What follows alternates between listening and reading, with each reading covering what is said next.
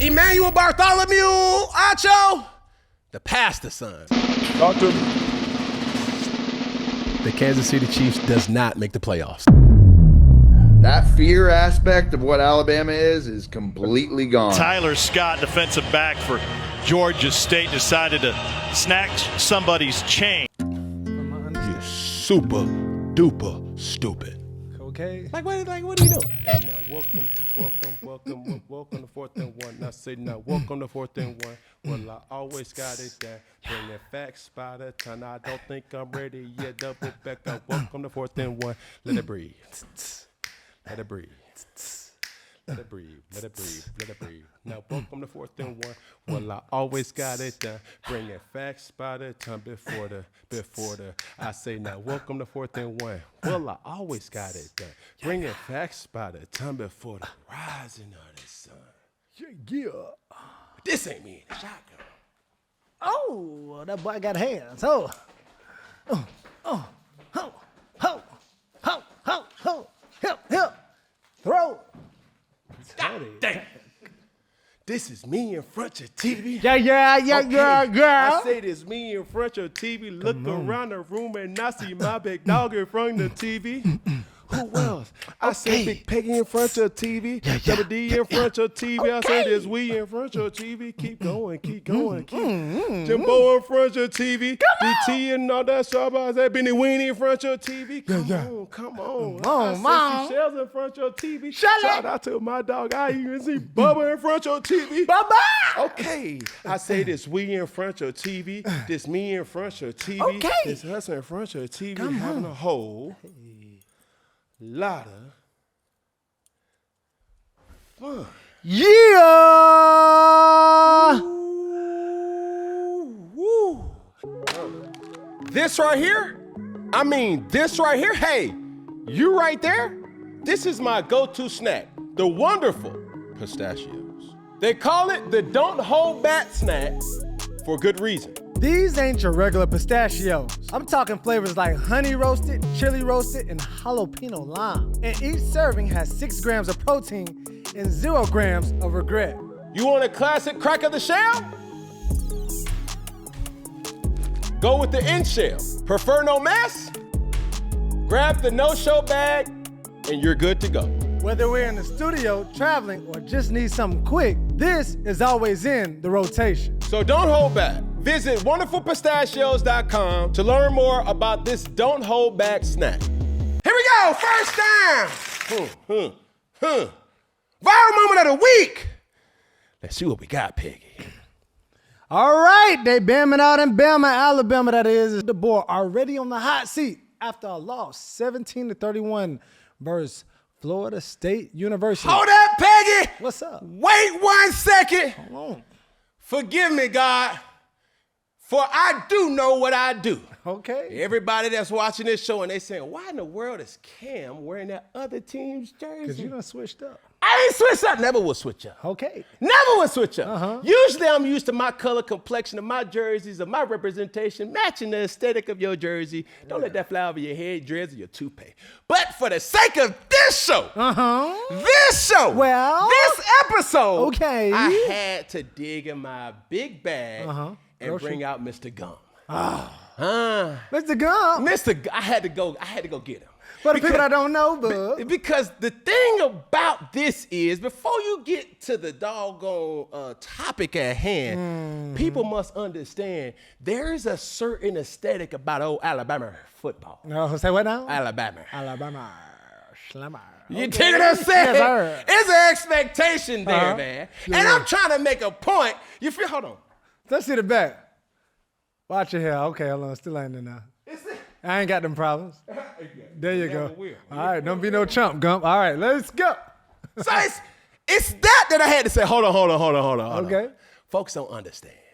Now, with me making the prerequisite of an apology before we even get to this. Yeah, let them know. Roll the clip. Okay, Nick Saban has something to say about the loss of Alabama. Yeah, well, that's all about what they did last year. Yeah, that creates the expectation for this year. But, you know, obviously for me and for a lot of the Bama fans, the disappointment that Florida State dominated the line of scrimmage on both sides of the ball. But the good news is every team has the best opportunity to improve from week 1 to week 2. Because really going into the season, you don't really know what you have for sure as a coach. And you're always very anxious about what might happen in the first game. And I'm sure they're all disappointed, players, coaches alike. But they do have a great chance to improve from week 1 to week 2. That's when you usually make the biggest improvement. LSU, Miami, and Ohio State all really impressed me. But I think Texas, Notre Dame, and Clemson all have a really good chance to have great teams this year, too, if they make the progress they're capable of. All right, so Cam, it's some big shoes to fill in Alabama. Obviously, Coach Saban was a great coach. He didn't start off hot. But, after that first season, boom, he balling. So Coach DeBoer has big shoes to fill. But dive in, man, at this point, is he already in the hot seat in Alabama? Let's start there. I think, let's put things into perspective here. Let's not overreact. But when you think about where Coach Kalen DeBoer is with where his position for Alabama, there's a lot of things to unpack. Okay. We've never, and I mean never, uttered these words, not in my adult life. Talk to me. Alabama looked soft. Alabama got dominated at the line of scrimmage, and the lack of physicality was never something that we would explain, not a University of Alabama team, ever. Yep.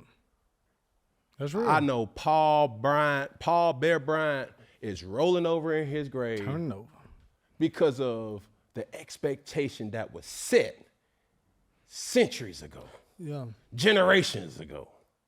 And when you watch that game with Florida State and Alabama, it wasn't even more so of the threats prior to the game. It was the mishaps that was happening during the game. Yeah. Usually we see or we understand Alabama gonna run the football. Yeah. Alabama's going to dominate. Alabama is going to bring this sense of physicality that most teams only wish to have. Yeah.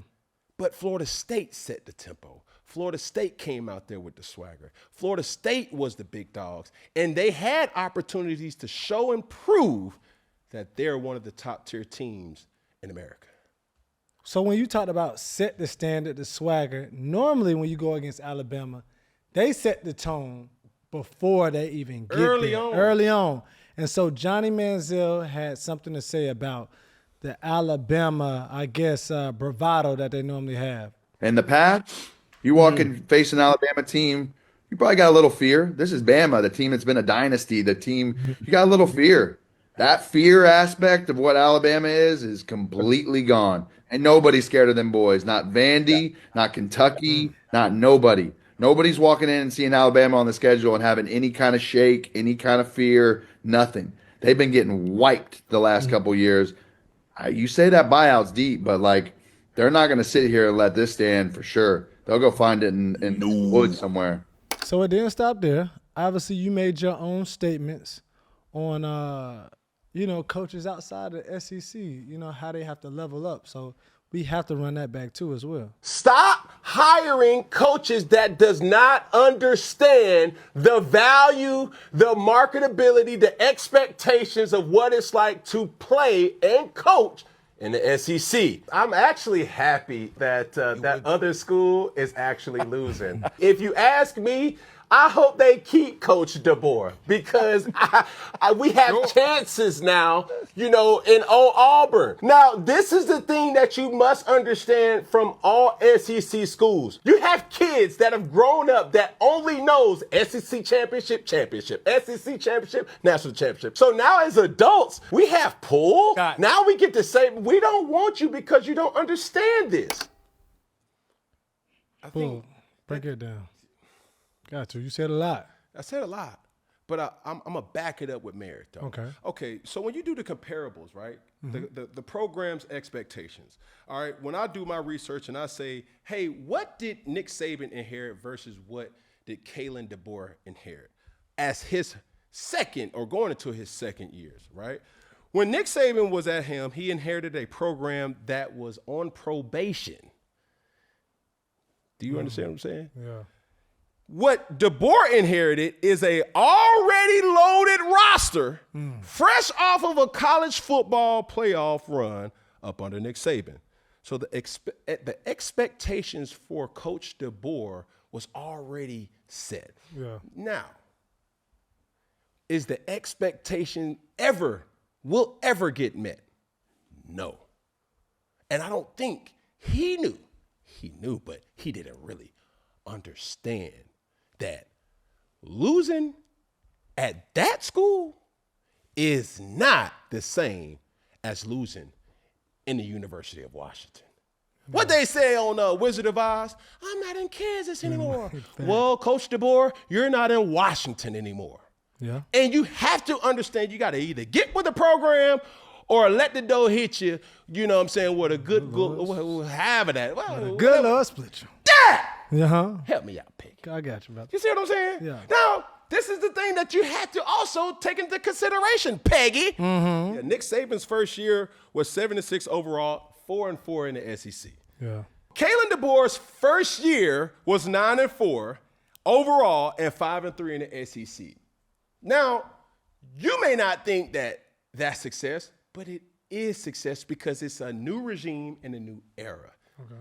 The unfortunate truth about this, Peggy, is this. I don't think Coach DeBoer's implementation will be patient enough for him to properly input his way of coaching. I don't think he has the same grace because fans, boosters, everybody that's involved is expecting a right now deliverable that I don't think he has the time for. I think Alabama, if he continues to just squander opportunities, and that's not to say this week one, it's overreact, but if he squanders an opportunity where subpar is that he's giving the fans, then I think they do take that buyout. So let me ask you a question, because you had a great analogy as what he received from Nick Saban, which one thing that I thought about too when you was talking about, he got a playoff team from Nick Saban, when Nick Saban got a team that was on suspension. Is it harder to create a winning mentality or to keep a winning mentality? So it's like, Alabama was already polished. You just got to keep up the standard.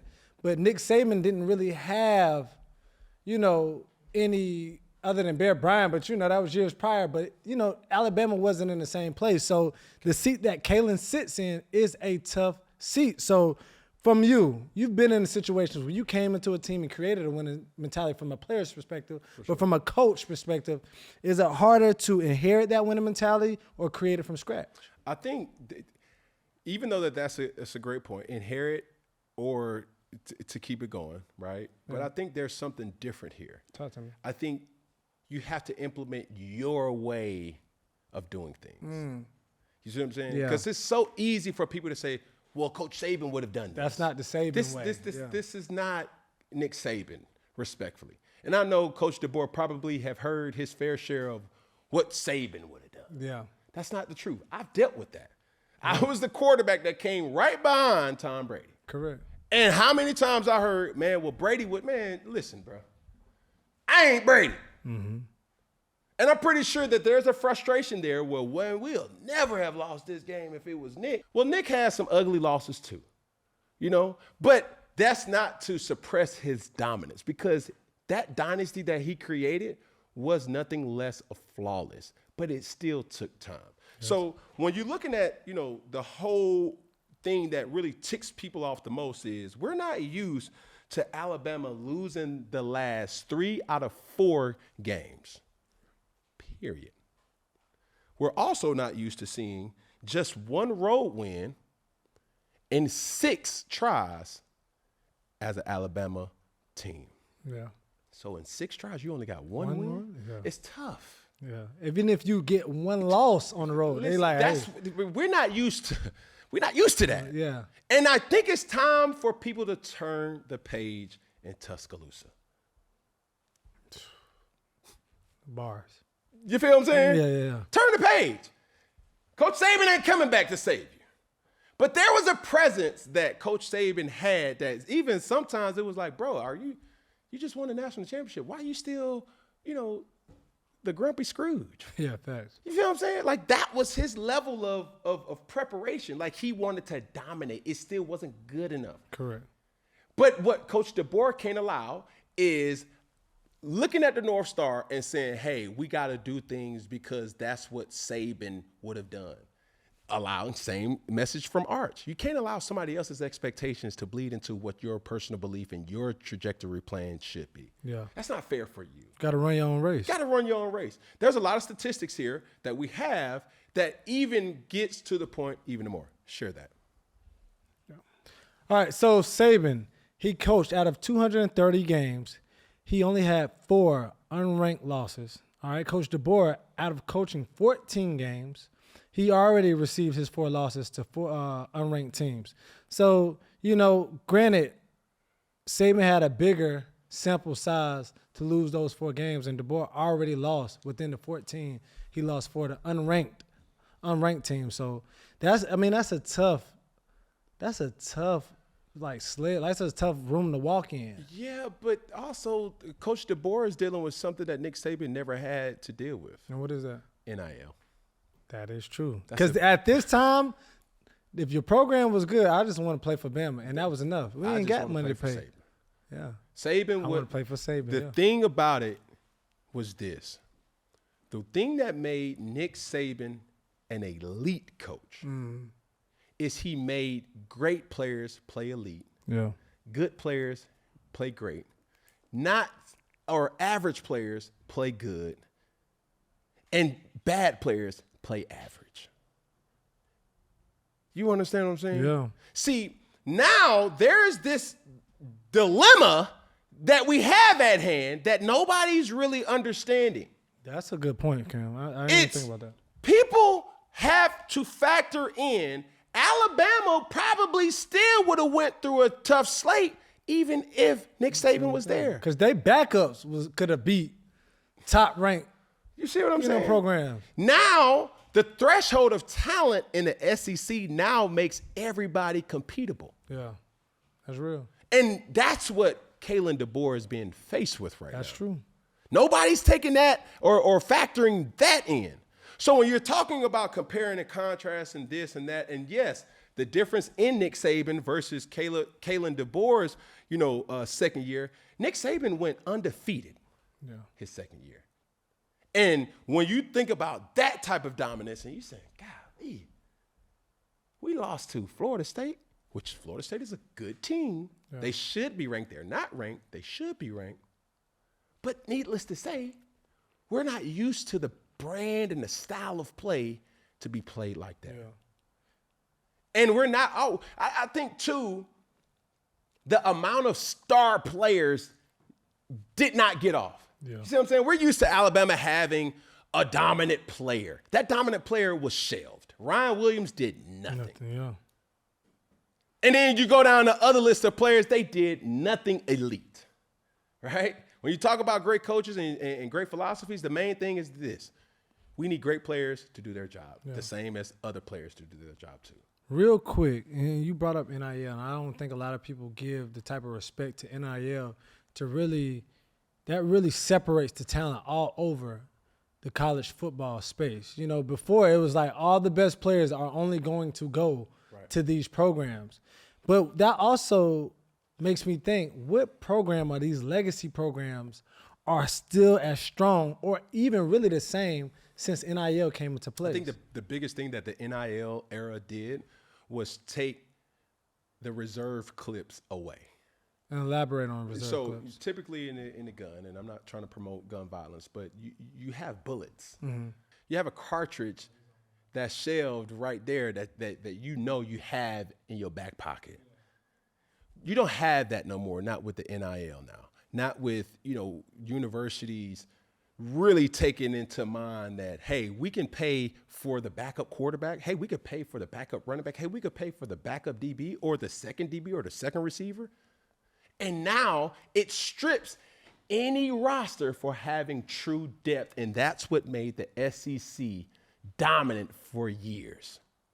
You don't have that no more. Yeah, that's real. A guy that may be at SEC may now be able to transfer to a Pac-12 team, to a Big Ten team, to a SWAC team, to any team to say, I don't want to be just any guy on the team. I want to be the guy. Yeah.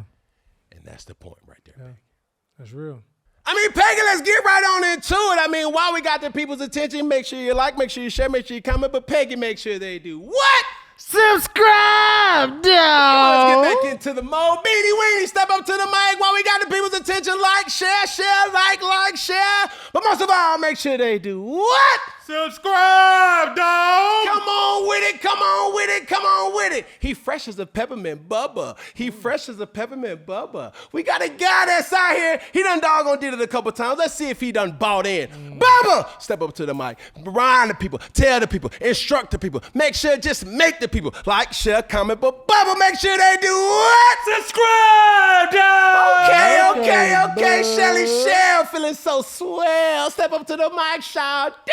And like, share, comment, but shares, make sure they do what? Subscribe, dog. Get out of here, shares. I mean, drop top, step up to the mic. I said drop top, step up to the mic. Drop, step up to the mic. Like, share, comment, but drop top, make sure you do what? Subscribe.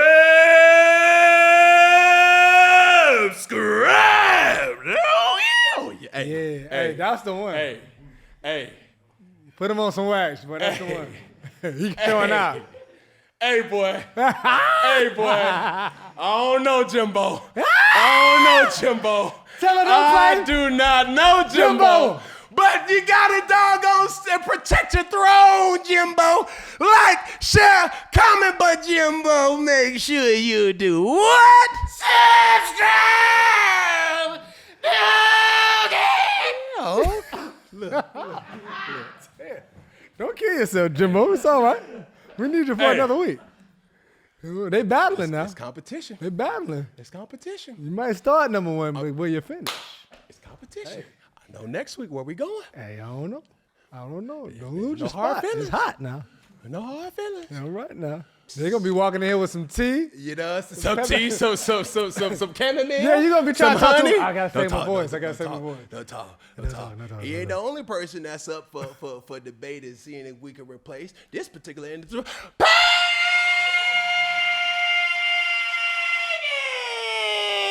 Off the imitator, never duplicated. What's good, bud? Yeah. Come on now. You gotta listen to that.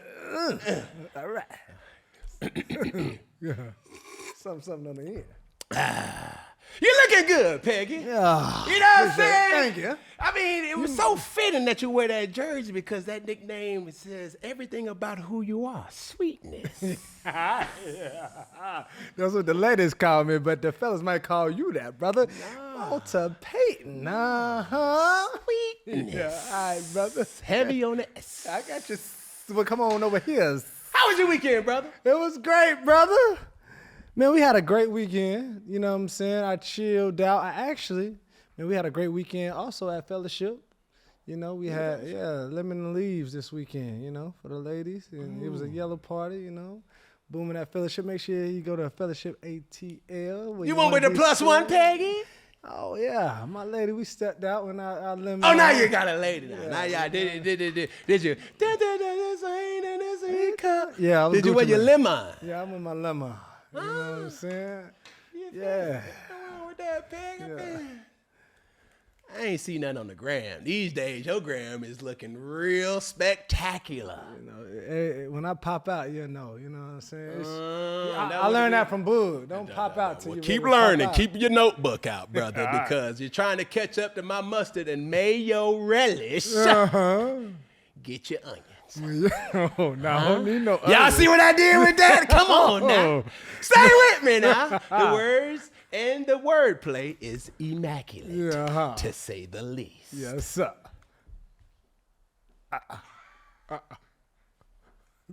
The least. I'm missing. Well, what about you? I thought you would never ask, Peggy.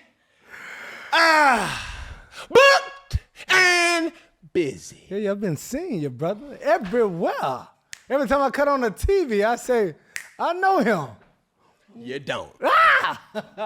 You feel what I'm saying? Then what you- I have to explain the get up and the get down. Yeah, what shout you out got? to one of my favorite movies of all time. Life is still like. A box of chocolates. You never know what you're gonna get. Stay with me. I'm with you when you're right. We got the Forrest Gump aesthetic going on. Shout out to my beautiful people down there in Chatham County. That's where they shot this movie at Peg, might I add. You dig what I'm saying? You got steamed shrimp. You got shrimp cocktail. You got fried shrimp. You got lemon pepper shrimp. You got rolled shrimp. Yeah. All type of shrimp. Know about the You shrimp. dig what I'm saying? Yeah. Now, I got to put it on every single time, and I got to do my little walk because some people may not understand why the hat is an Atlanta Braves hat. I Okay. ain't going too far. Say that again. It's an Atlanta Braves. All right. But we talking about Coach DeBour. Uh-huh. He must not understand what the level of expectations is and what it will always be like for that other school. I can't even mention. I'm already. You speeding. already on the. You know what I'm saying? But I felt when your jersey get retired, you got all type of what they call mortality. Yeah. Immortal. You know what I'm saying? You can't do too much. It's already up there. They in that already back. know what you're repping. They already know what I'm really repping, but I'm trying to make a point here, ladies and gentlemen. I look good. I feel good. I am good. Okay. We was down at Norfolk State. Sorry, Mike. I'm sorry. We're down at Norfolk State. Shout out to my dog, Michael Vick. He was unfortunate with his season debut, but at the end of the day, you know, you still got another opportunity. Got a season to play now. Your boy is doing big things on First Take. But in this situation of 4th and 1, I mean, we doing big things too, Peggy. Yes, sir. I mean, I went down there to Fort Lauderdale to see what they were talking about, to see my boys play some football. Okay. It got rained out, but nevertheless, I needed that sleep. I mean, that sleep that they jumped on me. I was hibernating. I gotcha. But it was all right. I've been living out of a suitcase lately, Peg. Because you've been on the I move. told you I'm booked and busy, brother. Yeah. See, I can't complain. My dog Drop Top hit me with this quote, and I can share this with y'all. You can't ask to eat. You complaining that your plate full. Did I say it right? Did I say it right? Because at the end of the day, my dog, it's all entertainment. See, what you see First Take, bug, you ain't gonna see the same 4th and 1. Well, speaking of that, what you gonna get with the 4th and 1 book? I'm trying to tell you, we got time to let it marinate. Okay. See, the thing about being on live TV, you got to get to your point extremely fast. But when you come over here to 4th and 1, we just going to tell you what it is, what it's like, and what it's going to be. Okay. And most of all, it's must-see. TV. Come on, stay with me, Peggy! Talk We got to the me. people all riled up. Let's go to the next clip. Hold on, before we go, brother. Because you're talking about keeping your bags packed, but I know for the people, October 9th, Yeah. pack your bags. Yeah. Make sure you see us, 4th and 1, the 1-of-1 tour. Yes, sir. All right, with Cam Newton. That what we doing? Yes, in Auburn, Alabama. Yeah. But hold on now, you got to talk about the experience. People see us here online, but when they see it in person, what did you get by the in-person experience? See, it's almost like you're watching film from a seat. You get to see the film, but it's nothing like an old live experience. Okay. We ain't new to this. We just True to this. come on, Peggy, stay with me now. It's all a group project. I'm gonna have my dog Peggy with me. I'm gonna have myself with me, and we're gonna all come back home to good old Auburn, Alabama, and we're gonna have us a good time. Talk about the 2010 National Championship, what I went through personally throughout that year, untold, never before heard stories. And we're going to have special guests. Yes, sir. You feel what I'm saying? So why not?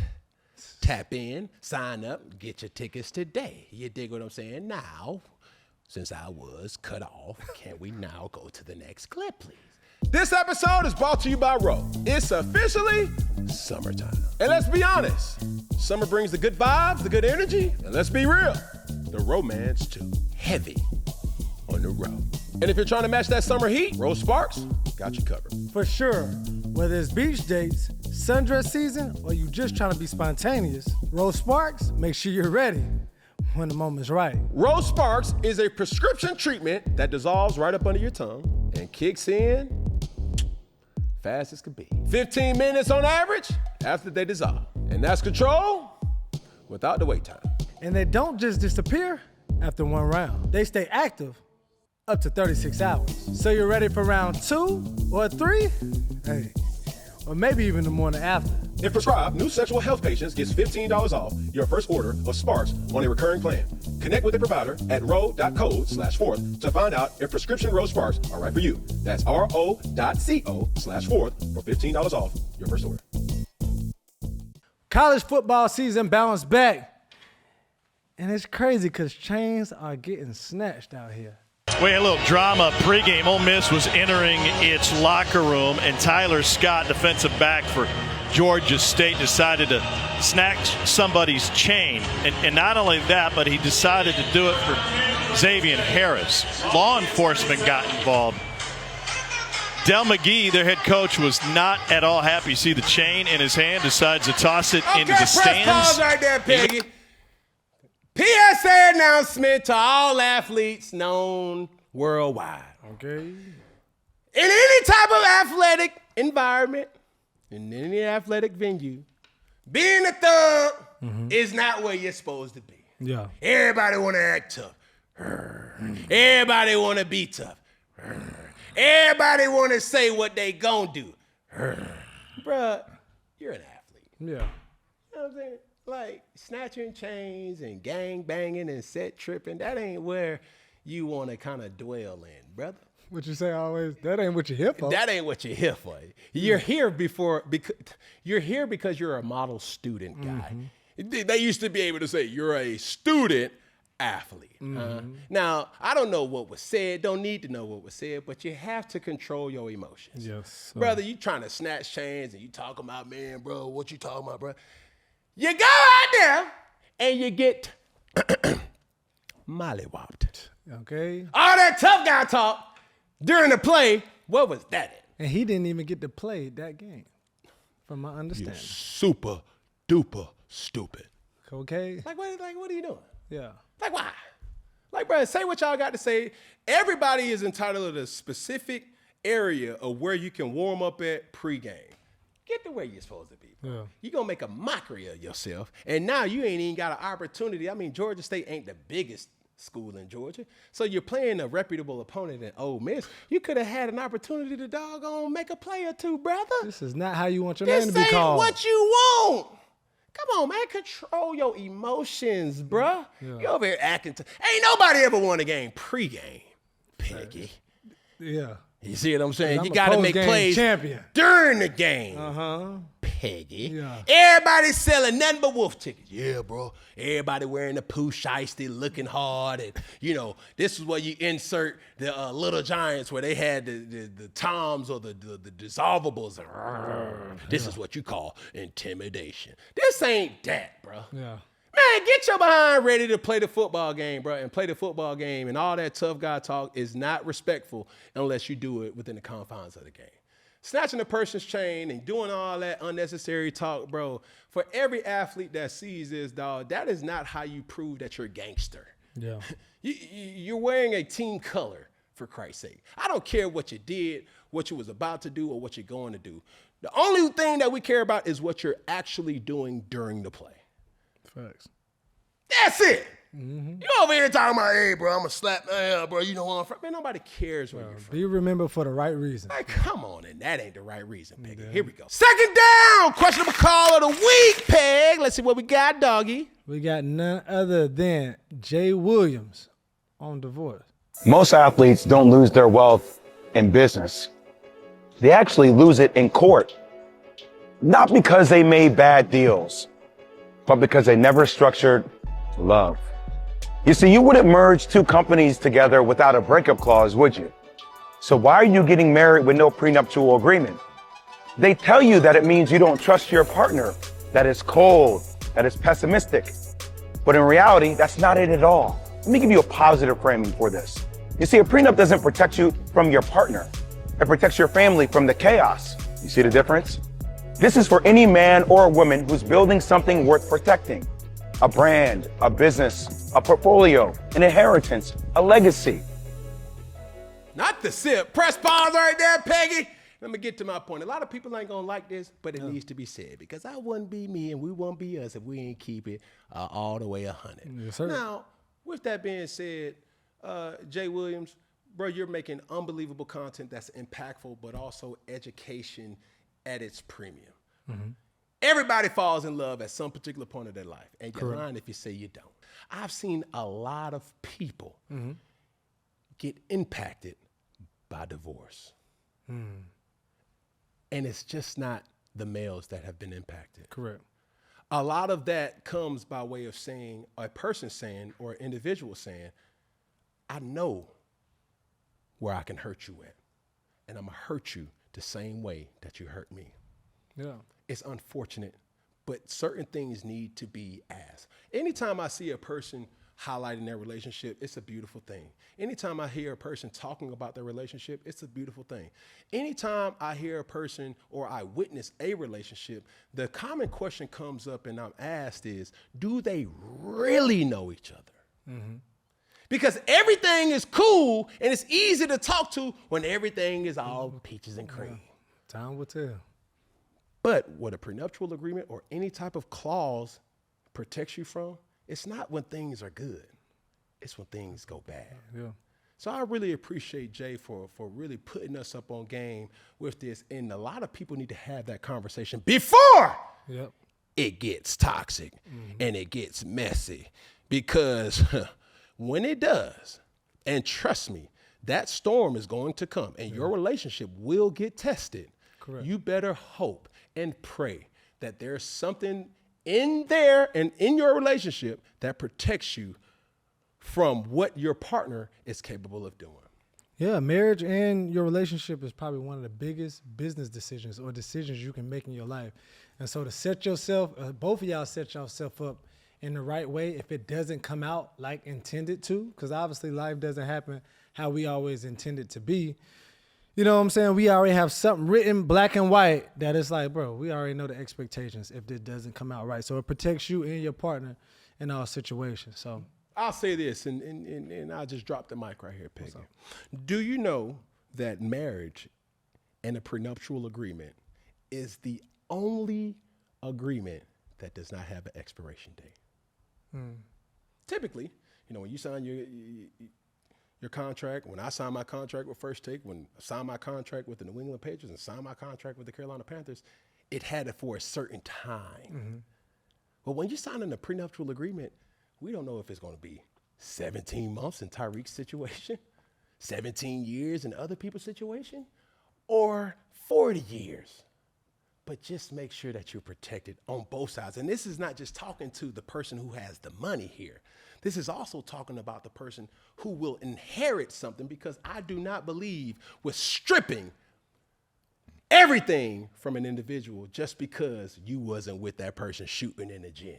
yeah. You're owed something. And we need to have that uncomfortable conversation before that time comes. We're hoping that it doesn't come. To the point that Jay made, you don't get car insurance knowing or thinking that you're going to wreck your car. You don't get home insurance by believing that your home is going to get burglarized or damaged, but you still get it. Yeah. So what's the difference between having that in a relationship? And I know I only can talk about what my truth is, but my truth is what I know my truth to be. We will hope that we never have to revisit this agreement right here. Correct. In the event that things don't go right. That's real. And it goes left. Okay. That's still there. It's still there. Always, forever. That prenup is there. Yeah. So if you want to show your ass, I'm going to show you these papers. Next clip. Your boy going platinum. I'm trying to tell you, brother. All right, so Cam, the NFL reveals its top 100 players, and here is the top 10. So kicking it off, number 1, we have Saquon Barkley. Number 2, Lamar Jackson. 3, Josh Allen. 4, Stop right Jamar there. Chase. Stop right there. What's up? What you We got? all just wanted to see where Lamar Jackson would be placed and where Josh Allen would be placed. And Pat Mahomes at 5. No. We ain't worried about Pat Mahomes because that's not really the argument here. The argument is, did Josh Allen rightfully deserve the MVP? MVP, yeah, that's real. Because when you have your peers voting on this particular list, everybody in the NFL has said that Lamar Jackson is more rightful and more suitable for a higher position than Josh Allen. Yeah. And understand this was what is happening too. Not a lot of times, I don't think, not ever has a person ever won an MVP and still was second team All-Pro.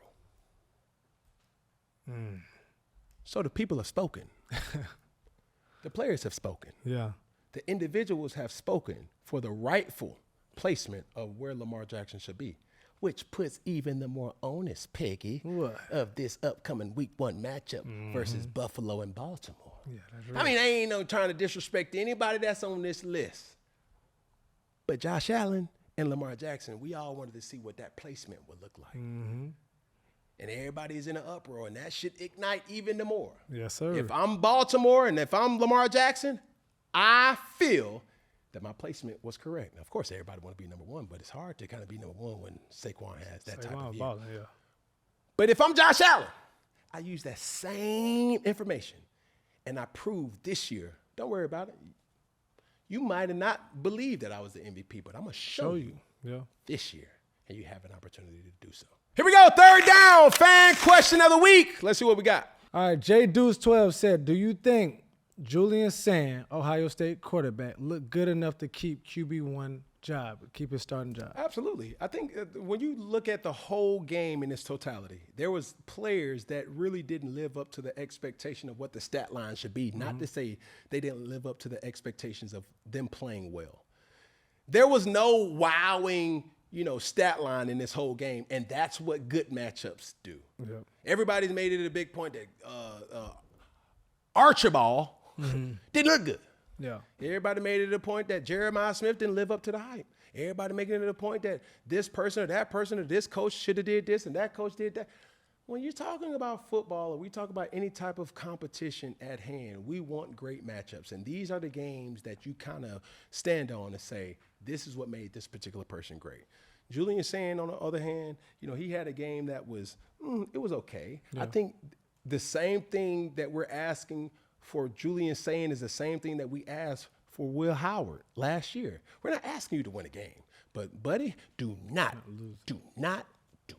lose the game. Yeah. Protect the football. Allow guys, Carnell Tate, allow guys like Brandon Ennis, allow guys like Jeremiah Smith to do the heavy lifting for you, brother. So when you're saying, did he have a good game? He had the game that he had to have in order for them to win the football game. We're not asking, Julian to go out and go over and beyond. Just do what we're asking you to do. And if you do that, we're going to win a lot of football games for Ohio State. Here we go, next clip. Orte Art says, do you guys ever feel like the media industry tries to put black men against each other? I think there's a certain dynamic that culturally it gets picked up that black on black disagreements. Yeah. That's not to say Caucasian on Caucasian agreements don't exist. I think it just get highlighted. Because when Elon Musk was beefing with doggone Donald Trump, folks in the black community was like, oh, they beefing? All right, cool. That still doesn't mean that it wasn't a big deal. Yeah. You see what I'm saying? Right. I think what our culture catch eye to is more black on black situation. I think it was whatever's relative. That. So, yeah. So it's not to say that the media picks it up. That's not to say that other people don't have disagreements. And the media going to pick up whatever we play. Exactly. So whether it's black on black, white on black, black on white, or white on white, there's a lot of colors right there. Yeah. It don't matter. Disagreements will happen and continue to happen. It just depends on what your algorithm and you personally picks up. And I think that's what the onus is on. Is like, if you see that in the issue, that's what, like you said, the onus is on you, and you got to dictate the consumer what you want to consume. For sure. And be able to wean out, is this really a beef? Yeah. Or they're doing anything any different than any other person? Correct. Here we go.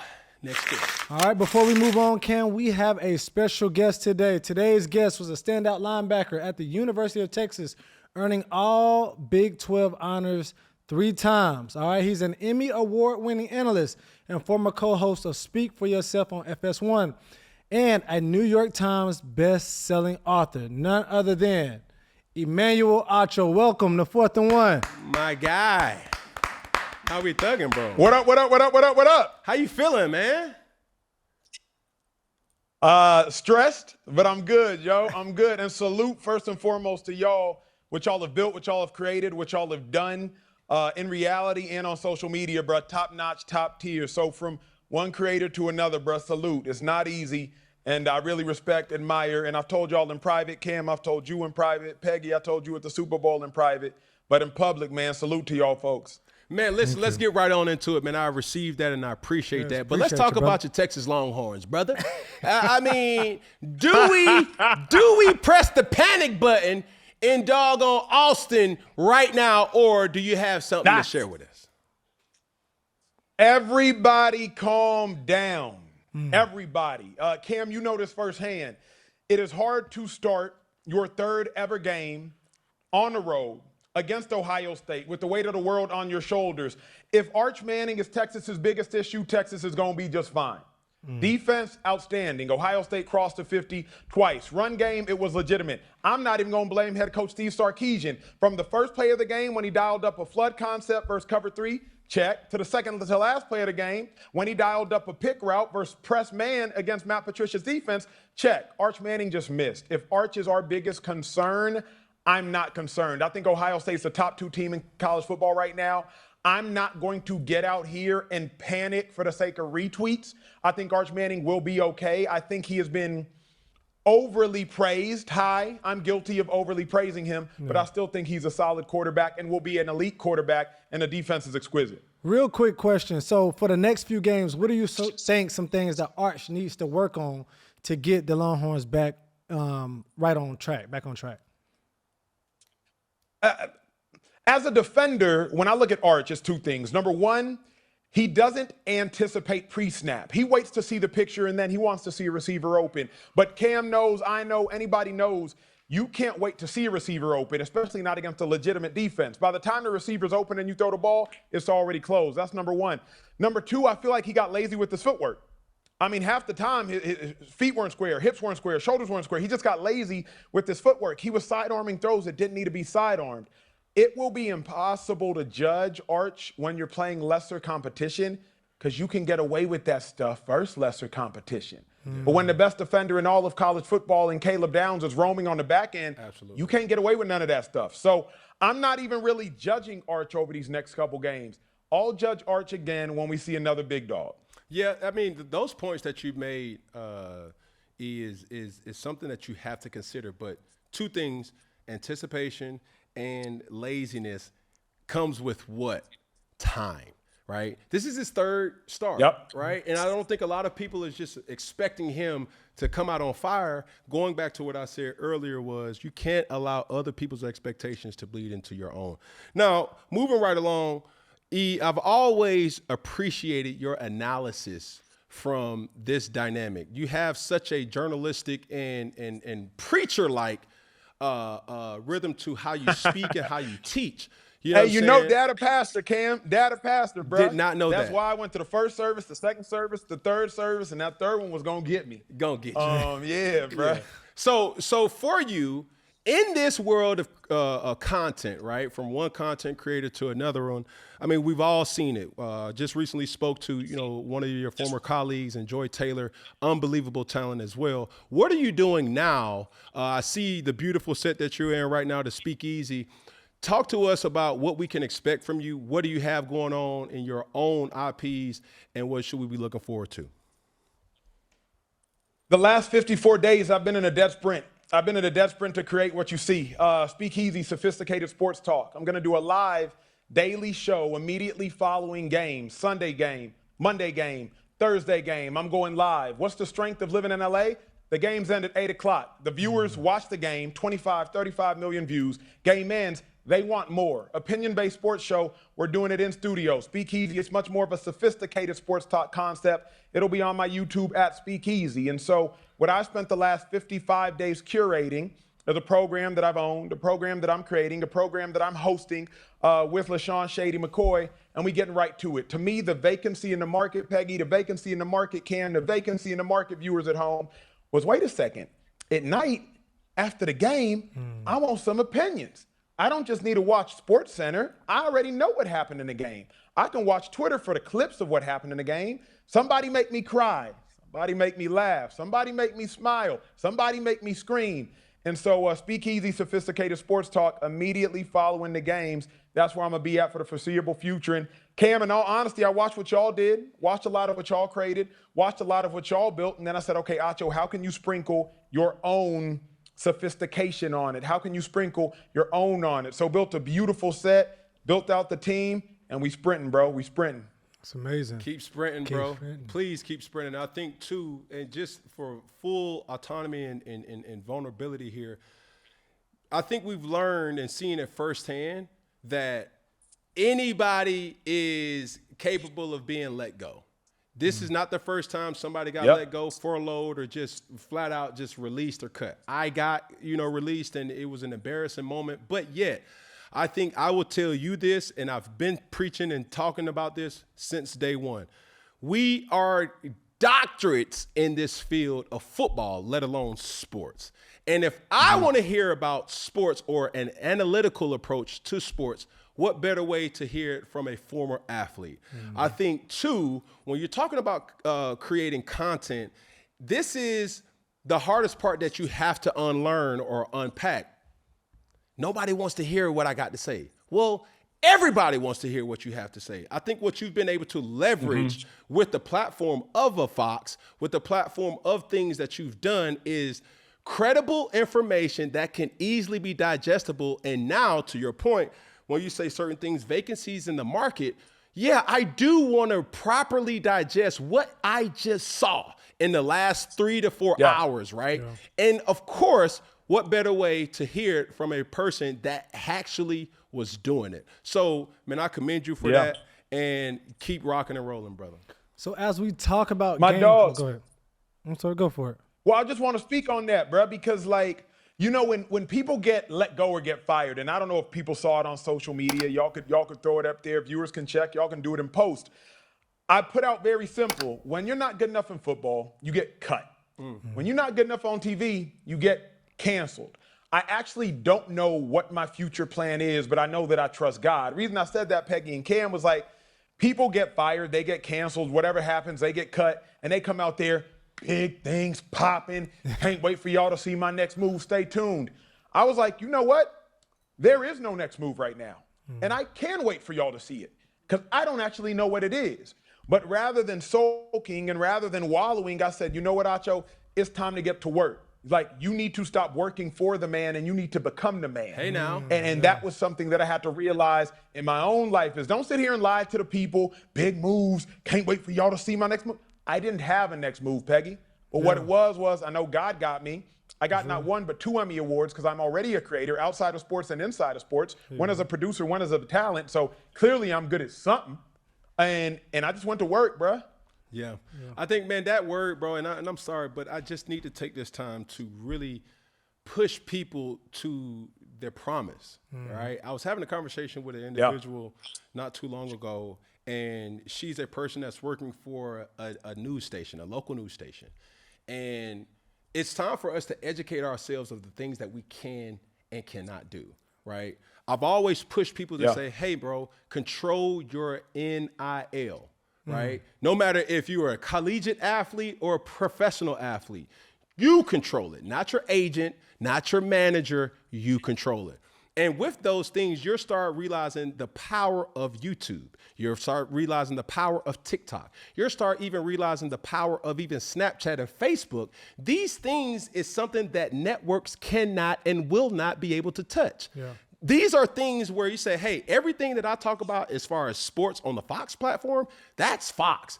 But everything that I want to talk about, the sophistications of, really art, the sophistication of what I deem as fashion, the sophistication of me just being a father. I own that. And you create content up under that type of bucket. So from a former athlete or a regular person, we've seen examples from the Mr. Beast, the DDGs, the Aiden Rosses, Yeah. the Casanets, and they're regular individuals. Drewski is probably one of the funniest persons that I love to enjoy, but he's doing it because he mastered this one thing: consistency and quality. And if you're able to do those type of things with any type of platform, I guarantee you will be really impressed with what comes from that. Acho, I wanted to ask, even in the season that you're in now, like, talk about the emotional aspect of it. Like, how freeing is it? Like, what are some of the pros of, or the cons too, of being in a space and starting from scratch or doing your own thing? I'm very confident in myself, so I'm not going to sit here and lie to y'all. Scary. Scary. There were several moments where I woke up, Peggy, I woke up, Cam, and I was like, I am scared. Yeah. What if this don't work? What if people don't watch? Yeah. Man, I'm hemorrhaging a lot of money.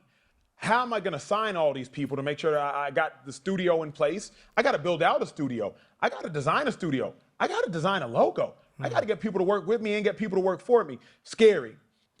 Scary is the pervasive emotion right now, but I am not letting that fear hinder me. Yeah, that's Instead, I'm saying, you know what? Fear is an okay and an appropriate emotion. Just don't let fear dictate the trajectory of your life. Yeah. So I could come up here and, try to stunt and, oh, man, it's been easy, bro. I just had to get to work, bro. You know what I'm saying? I just have to lock in, stay. Nope. I was scared. I've been scared. I've been exhausted. Probably working 19-hour days every day for the last 56 days since the show got canceled. And the show got canceled. There's no ands, if, buts, what's about it. It wasn't like we had other options. No. Yeah. Wasn't good enough. Got canceled. And so scared is how I've been. But, bruh, I think there's a beauty in your back's against the wall. Because when your back is against the wall, you have no other option but to fight. Right, Man, So when my back was against the wall, talk, Cam, talk. I'm sorry to cut you off, bro, but I have to ask, did you see this coming? Of course. Bruh, I tell people all the time, I got cut 5 times by the age of 25. I know how to see around the corner. There came a point in time where I'm like, hey, we launched a new show at a new time slot with a new cast and a new name. It was like, and mind you, our time slot's going up against First Take. Shout out to you, Cam, and Stephen A. and what y'all got going to First Take. It's the 98 Bulls versus an expansion team. What you think was going to happen if you only have 9, 10, 11 months? Yeah. I wasn't taking down Michael Jordan and Scottie Pippen.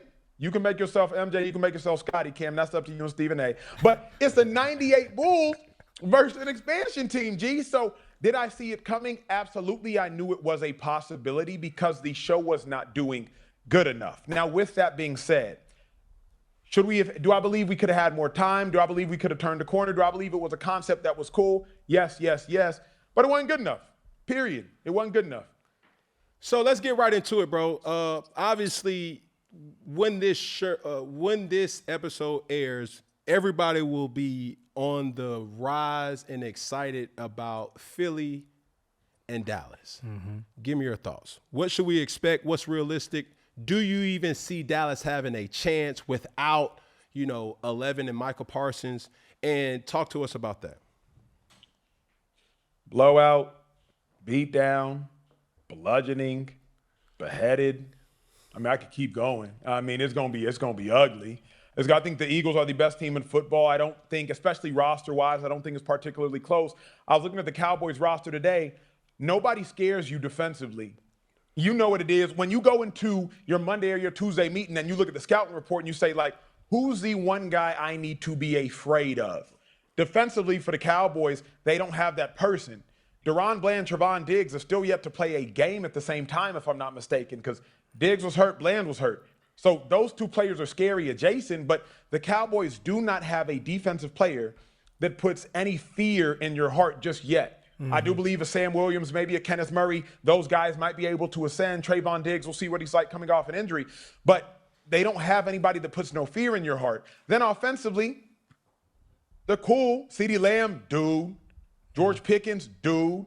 Offensive line, Tyler Smith, solid. But nobody scares you. And to me, the game of football is about who is scary. Who Who is scary? Who do I have to make sure I am watching? Who is a game changer? Like, who is somebody that really can change the outline of a game? I don't think the Cowboys have that defensively, bro. I think it's going to be a wrap. I think it'll be over by mid-third quarter.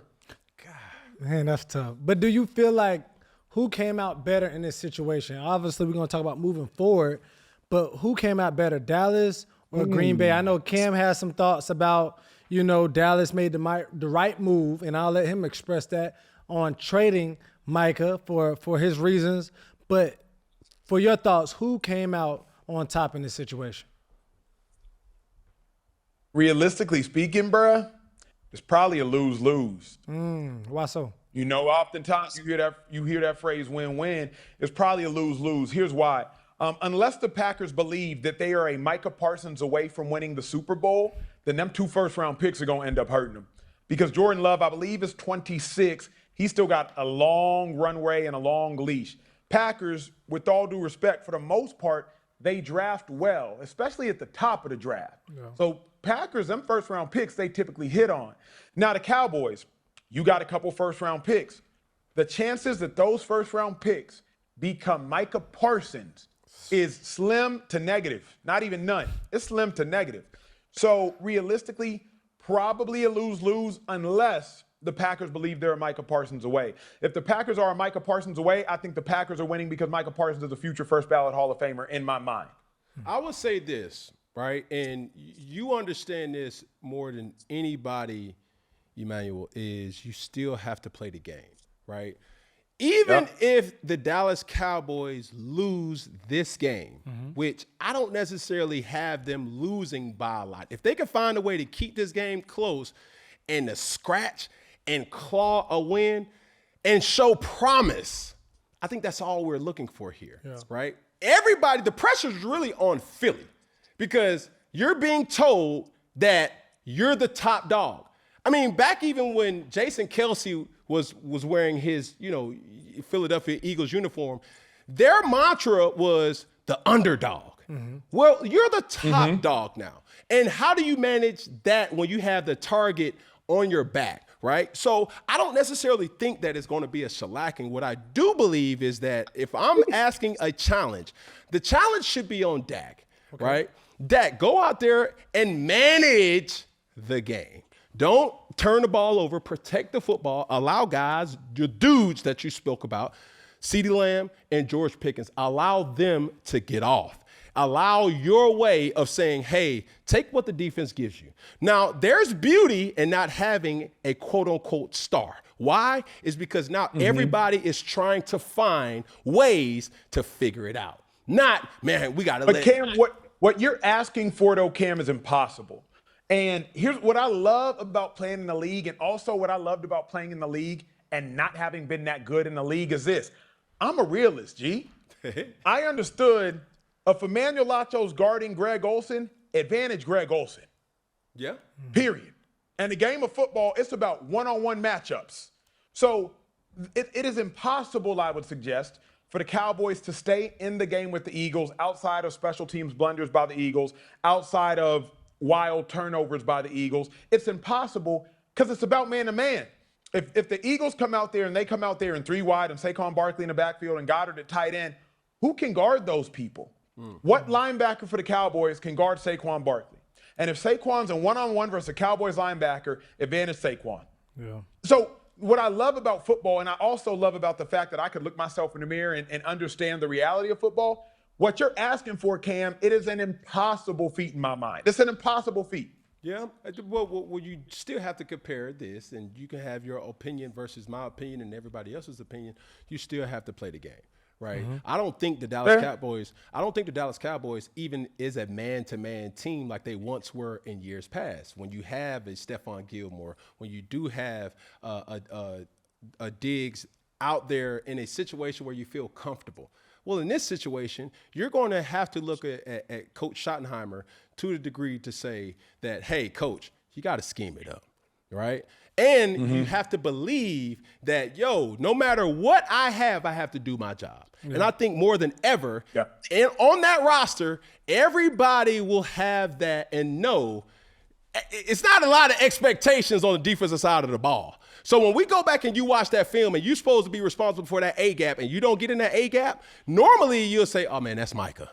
Well, Michael was just trying to make a play. You see what I'm saying? Well, in this particular situation, everybody is doing their job, and you don't get that rep to say, or you don't get that right to say, Coach, I was just trying to make a play. Making a play, man, that play just cost us 15 yards in a chunk play because you're trying to be Superman or have a superhero type of moment. Trying to make a play can mess up the play, and Dallas doesn't have guys that really can make the play, so therefore they'll stick to the script. Go ahead, Peg. Man, another big game coming up. Friday, we have Kansas City versus the Chargers, and the Chiefs are coming off, obviously, a Super Bowl loss. What do y'all see from that game? Obviously, Patrick Mahomes and the Chiefs, how do you think they would bounce back from last year? Do you think they would be the Chiefs of old in this game? I think there's the story that I'm expecting from this game is you have a young, hungry team in the LA Chargers versus a long legacy team in the Kansas City Chiefs. How does the Kansas City Chiefs manage expectations with saying, hey, we still that team? Okay. Everybody has built a roster to, in some way, shape, form, beat the Kansas City Chiefs. Real. I think if I'm Patrick Mahomes, I think if I'm Travis Kelce, this is not one of those games that we could come over and, in the famous words of Coach Belichick, you don't just stick your toe in this game. You got to jump in full-fledged head first, right? And if you allow a team like LA to get on top, they're built to have a suffocating way of playing the game. They run the football extremely well, play off of play action, allowing Justin Herbert to really get in a groove with those type of things. Coach Harbaugh is a run-first type of coach, and he's going to dominate or try to dominate the line of scrimmage. I think what Kansas City has to kind of go against is, hey, proving to everybody and even people in that locker room and in that organization that it's still our time. And that's going to be the hardest thing. Yeah, Rashee Rice is going to be miss 6 games. But on top of that, how will Hollywood Brown, Xavier Worthy, Juju, and Travis kind of combinate and what's the running back? Pacheco, have a way to alleviate the stress from Patrick Mahomes. Let's talk ball for a moment. Let's talk ball. I don't like this game for the Chiefs, but I still like the Chiefs in general. Reason I don't like this game, not that they won't win, it just will be probably uglier. I'm going to say something that might not make sense early on. I'll explain it. When you play the Chargers, you only have 5 days to prepare. When you play normal NFL teams, you usually have about 14 weeks to prepare. What do I mean? The Chargers play a brand of football that not many other teams play. Usually when you play another team, you can pull from OTAs. You can pull from minicamp. You can pull from phase 2, phase 3. You can pull from all these different plays that you have installed that work versus standard teams. 3 wide receiver sets, 4 wide receiver sets. But when you play the Chargers, they come out there with a fullback. They come out there in 22 personnel, 21 personnel, 2 tight ends, 2 running backs, 2 tight ends, 2 tight ends, 1 running back. All of a sudden, you only have those 5 days of preparation. That's why I think the Chargers jumped on so many people. Y'all remember, Harbaugh's first year with the Niners, championship game. His second year with the Niners, Super Bowl appearance. This is his second year with the Chargers. We can do the math. I'm not suggesting Super Bowl appearance, but what I am suggesting is the Chargers are, to me, like Georgia Tech and Army in college. Not that it's a triple option, but it's that you don't have a lot of preparation to lean back on because your OTA install practices, those are irrelevant when you play the Chargers. If you miss one gap, it's blouses. And they just play a brand of football that, for the most part, modern-day NFL defensive players don't like to play against. So I don't like this game week 1 for the Chiefs. Mahomes is Mahomes. Never bet against Mahomes. But that, to me, is just how I'm looking at this game. So let's keep talking ball here.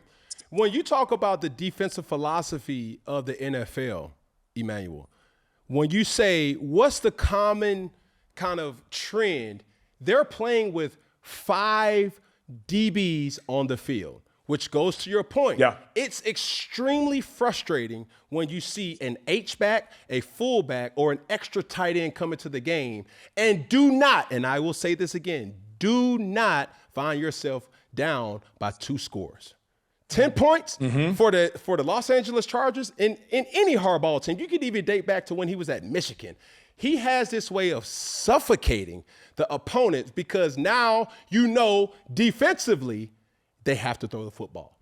Every single time you talk about preparation in any game, you have to do what first? Stop the run. Yep.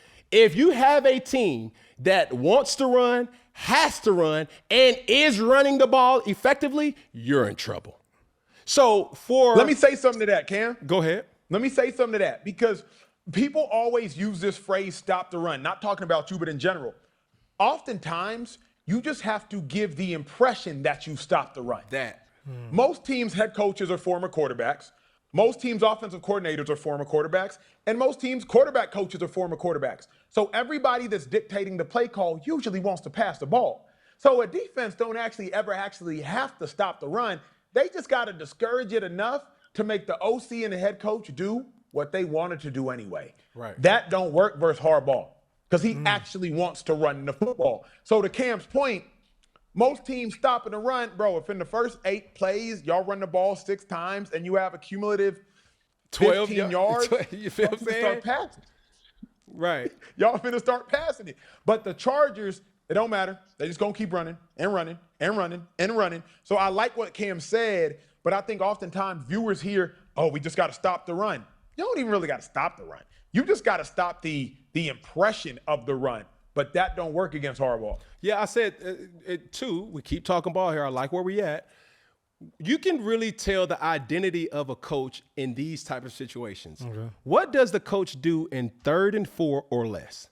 We've seen Coach Harbaugh call run plays that will normally be a given pass, short game, or option route in a pass game for most teams. Well, I think Coach Harbaugh has this thinking and theory to say, hey, we run the ball on first down, we run the ball on second down. Hey, we could potentially get ourselves in a situation where we can run the ball on 3rd down. Now we can still use what we call a play action ISK to give a small throw with big opportunities to be had. And when you talk about what coaches really want to do, Coach Harbaugh really wants to run the football. And that was kind of the hints of what made Justin Herbert successful last year because he had a lot of touchdowns and not so many interceptions because of that philosophical view of how they approach the offensive game plan. So I know y'all talked about Coach Harbaugh a lot. I mean, obviously on the other side or the other team, you got Andy Reid. How do you feel like he'll show up? Obviously, you have Patrick Mahomes. That's a cheat code in the game right now. But who do you feel like would coach a better game in this first game and why? Between you all two. Go ahead, bro. Andy Reid, greatest coach in the history of football. So Andy Reid. He's the greatest offensive mind, and I believe also greatest coach in the history of football. Andy Reid will likely coach. Hard to say he'll coach a better game because Harbaugh go crazy too, if we're being really real. People don't give enough respect to Harbaugh. Andy Reid's going to have Pat ready to play. Trav, we already know how locked in he is. He's going to be ready to play. And Xavier Worthy in his second year, I think he's going to be the difference maker. But Andy Reid, greatest coach in the history of football. So to me, you can never, ever, ever, ever, ever, ever bet against Andy Reid. Ever. I hear you, Taylor. Kelsey, ever getting back together. I see what you did with that. But not so fast with that type of take because now you have to ask this question. How do we defend Travis Kelce, the greatest tight end in NFL history? Do you say, Derwin James, hey, you're locked in on that guy the whole game? Or do you say, hey, let's take another secondary member and another secondary member and we double team Travis El Travador and allow Derwin James to roam free? We've seen these type of tactics in so many different ways of attack, and that's what's going to come to light. How do you defend Travis Kelce?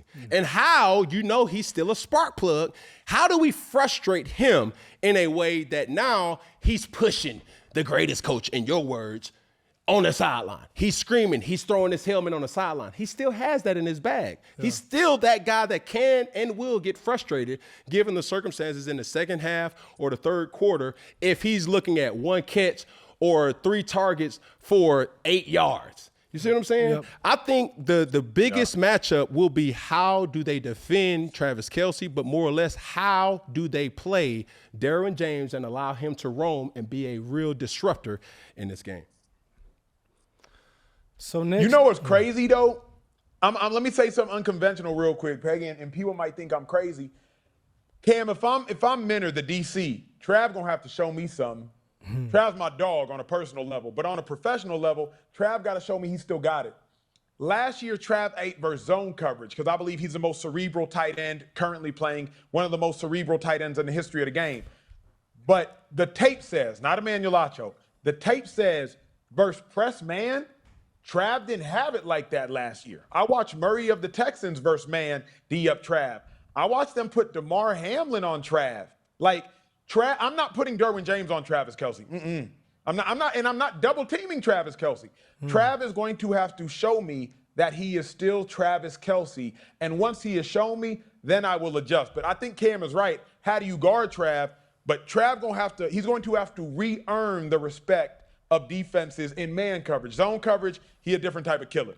I think, too, another thing as I'm thinking is, how do we minimize Andy Reid's ability to create the gadget play, right? How do we get him in a situation where now it's 3rd and 12, 3rd and 9, those type of situations? Because when those gadget plays show up, they show up in the red zone.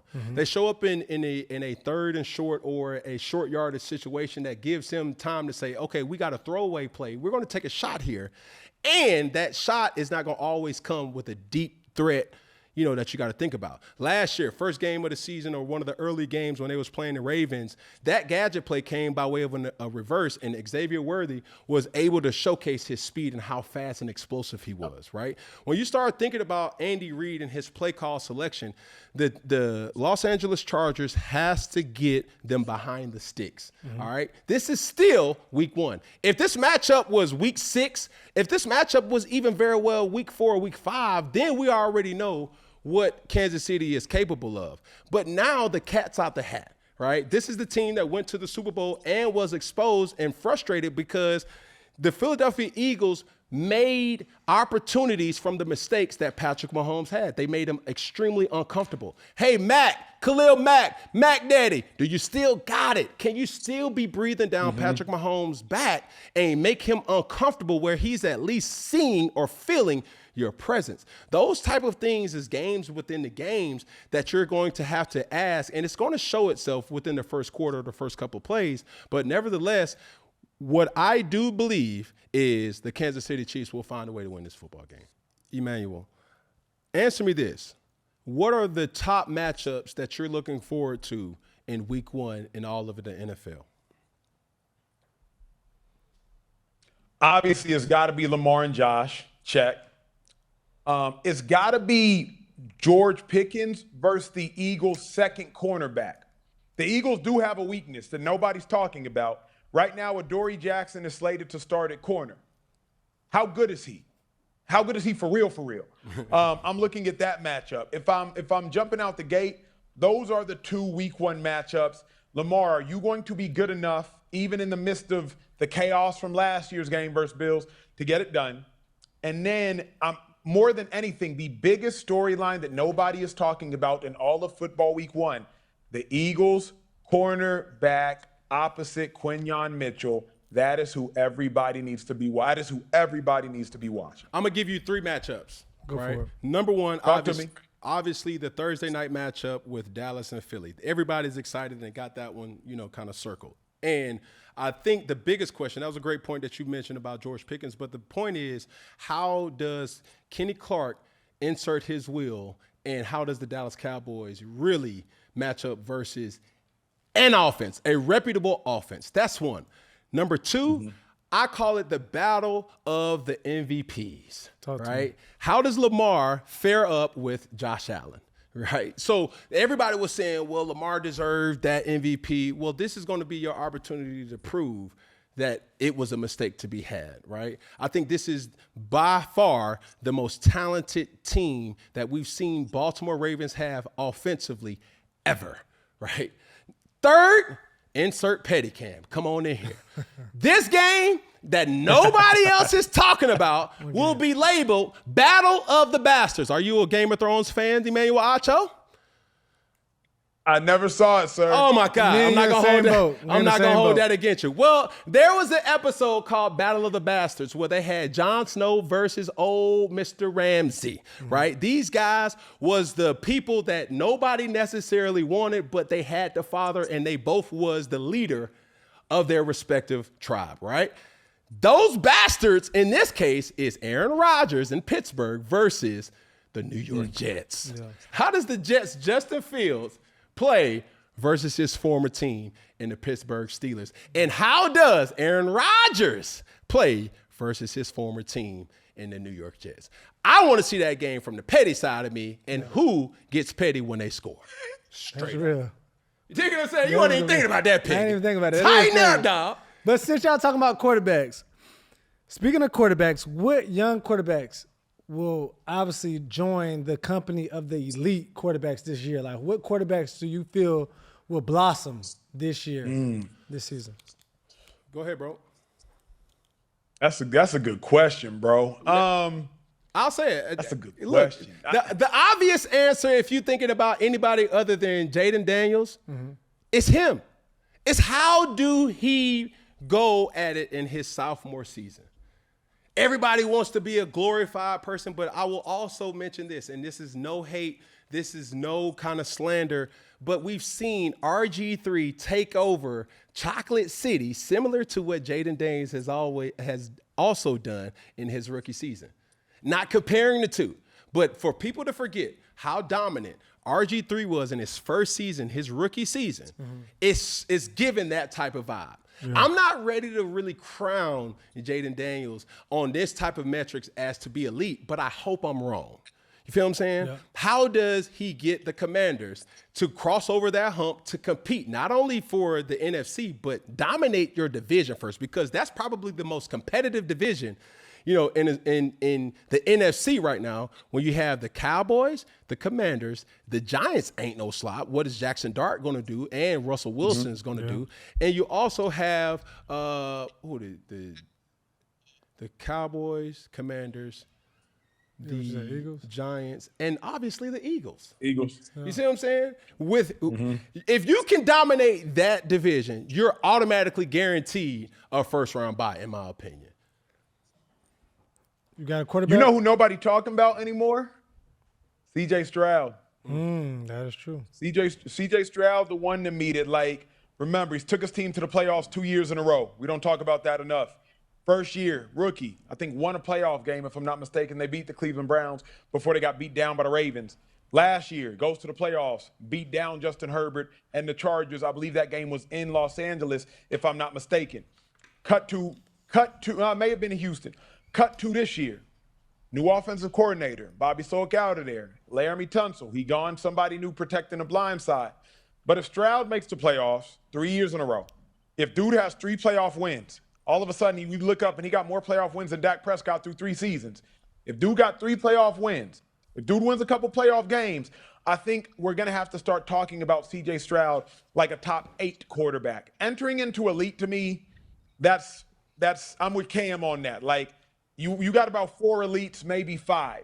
But Stroud, we're going to have to start talking about him like a top 8 dude and a bona fide, legitimate dude. Absolutely. So before we get out of here, Emmanuel, bro, appreciate you, for taking the time out. My question for everybody, including myself, is what's the bold prediction for the overall season before the season starts that we'll look back here in January, here in February, that we could say, wow, you were right, or, boy, you was way off on that. What you got, E?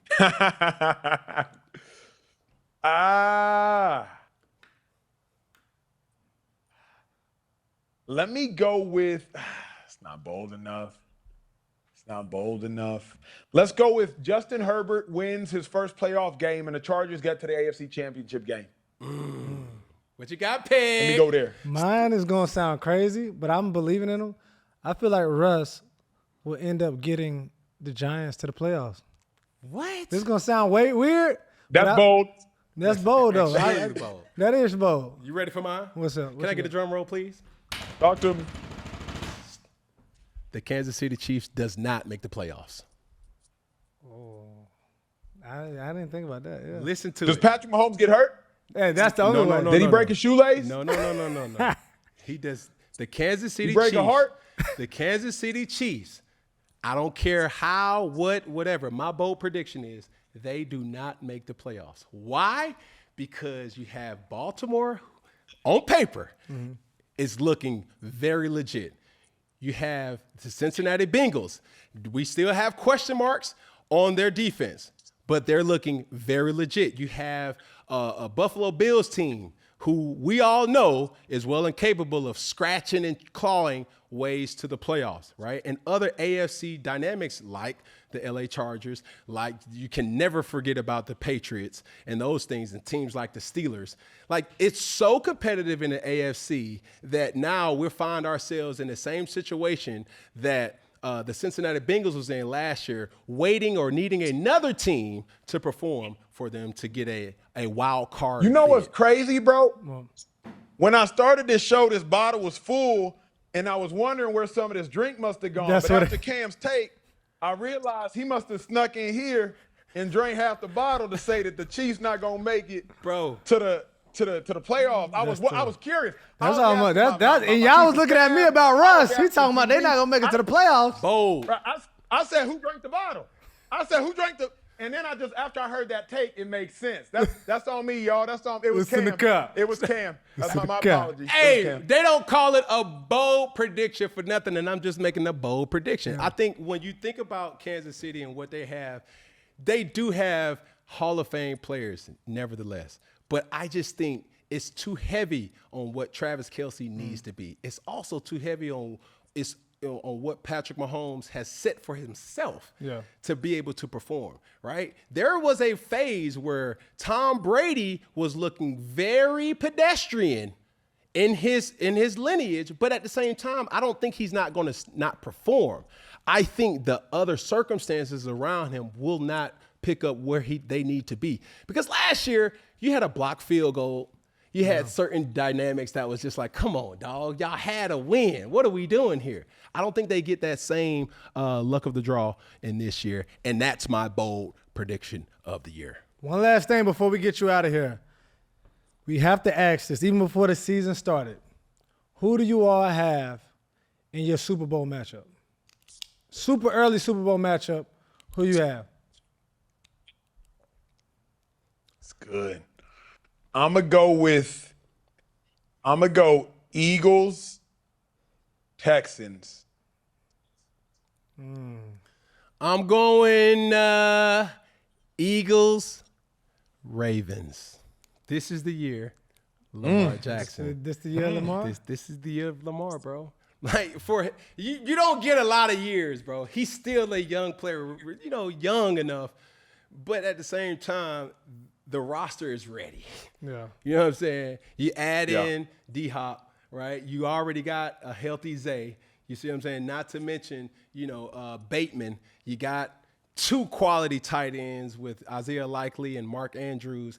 You got 2 explosive and dynamic, and not to mention 2 top 10 voted by their own players, top 10 players on one side of the football in King Henry and Lamar Jackson. The time is now. You go out and you acquire the young man, that cornerback from the Packers, Jair? You Jair acquire Alexander. Yeah. You acquire Jair Alexander already with your first-round pick from the year before with Marlon Humphrey. You have a dynamic linebacker. You just re-signed your safety. Barring injury, on paper, the Baltimore Ravens is supposed to give everybody the work. Yeah. Simple and plain. I'm going with Baltimore versus Philly. Cool. Well, that's good stuff, man. Emmanuel Acho, Emmanuel Bartholomew Acho, the pastor son. Appreciate you, brother. All love, dog, on this end. Man. Thank you, bro. Thank you. My dog. All love, always, family. Yes, sir.